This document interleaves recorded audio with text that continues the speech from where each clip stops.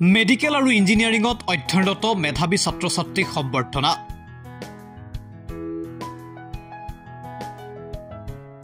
ডিগবৈস্থিত RD senior secondary স্কুলৰ অনন্য পদক্ষেপ।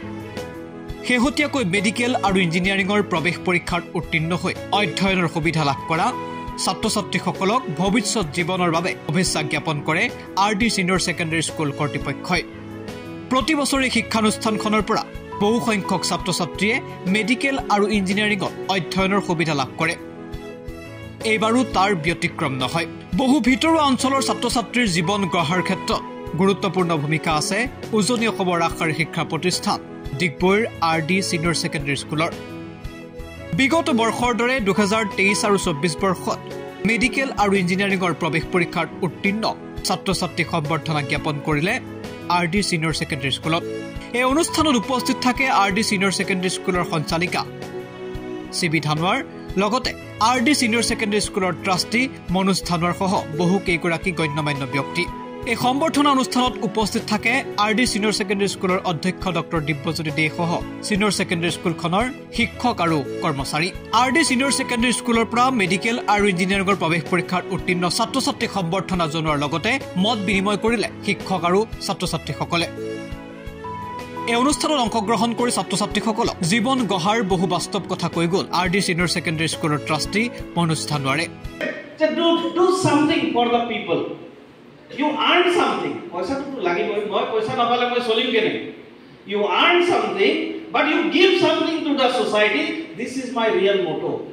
কিন্তু সোৱা এই বস্তুটো বুজিবৰ কাৰণে মই 1996ত ইঞ্জিনিয়াৰিং পাছ কৰিছো আৰু বুজি পাইছো কেতিয়া 2004 চনত যেতিয়া আৰম্ভ কৰিছো 10 বছৰ। একেদৰে শিক্ষানুষ্ঠানখনৰ পৰা মেডিকেল আৰু ইঞ্জিনিয়াৰিঙৰ প্ৰৱেশ পৰীক্ষাত শিক্ষাৰ্থীৰে উত্তীৰ্ণ হৈ অধ্যয়নৰ সুবিধা লাভ কৰা ছাত্ৰ-ছাত্ৰীসকলক শুভেচ্ছা জনোৱাৰ লগতে এই সন্দৰ্ভত প্ৰতিক্ৰিয়া ব্যক্ত কৰিলে RD সিনিয়ৰ ছেকেণ্ডাৰী স্কুলৰ সঞ্চালিকা CB ধানোৱাৰে। প্ৰতি বছৰৰ দৰে এই বছৰো আমি আজি এটি বিশেষ সম্বৰ্ধনা অনুষ্ঠান আয়োজন কৰিছিলোঁ, য'ত আমি যোৱা বছৰ 2023 বৰ্ষত মেডিকেল আৰু ইঞ্জিনিয়াৰিঙত কোৱালিফাই কৰা RD সিনিয়ৰ ছেকেণ্ডাৰী স্কুলৰ পৰা মুঠ 47 জন ছাত্ৰ-ছাত্ৰীক আমি আজি আমন্ত্ৰণ কৰি তেওঁলোকক সম্বৰ্ধনা জ্ঞাপন কৰাইছিলোঁ। আৰু এইটো প্ৰতি বছৰ আমি কৰি আহিছোঁ, কাৰণ বিভিন্ন গভৰ্ণমেণ্ট ইঞ্জিনিয়াৰিং মেডিকেল কলেজত আৰু বিভিন্ন প্ৰাইভেট ইঞ্জিনিয়াৰিং কলেজতো ভাল নেশ্যনেল লেভেলৰ ইঞ্জিনিয়াৰিং কলেজতো তেওঁলোকে ছিট পাই আছে। গুৱাহাটী মেডিকেল কলেজৰ পৰা আৰম্ভ কৰি Lakhimpur medical college, Nalbari medical college, Diphu medical কলেজত পাবলৈ সক্ষম হৈছে। লগতে IIT গুৱাহাটীৰ পৰা আৰম্ভ কৰি NIT Silchar, VIT Vellore, AEC, JEC বিভিন্ন চেণ্ট্ৰেল ইউনিভাৰ্চিটিটো আমাৰ ছাত্ৰ-ছাত্ৰীয়ে পাবলৈ সক্ষম হৈছে।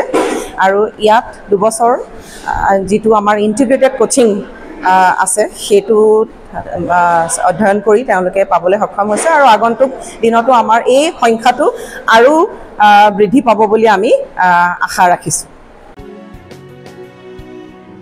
নিউজ ডেস্ক, এনি টক্স।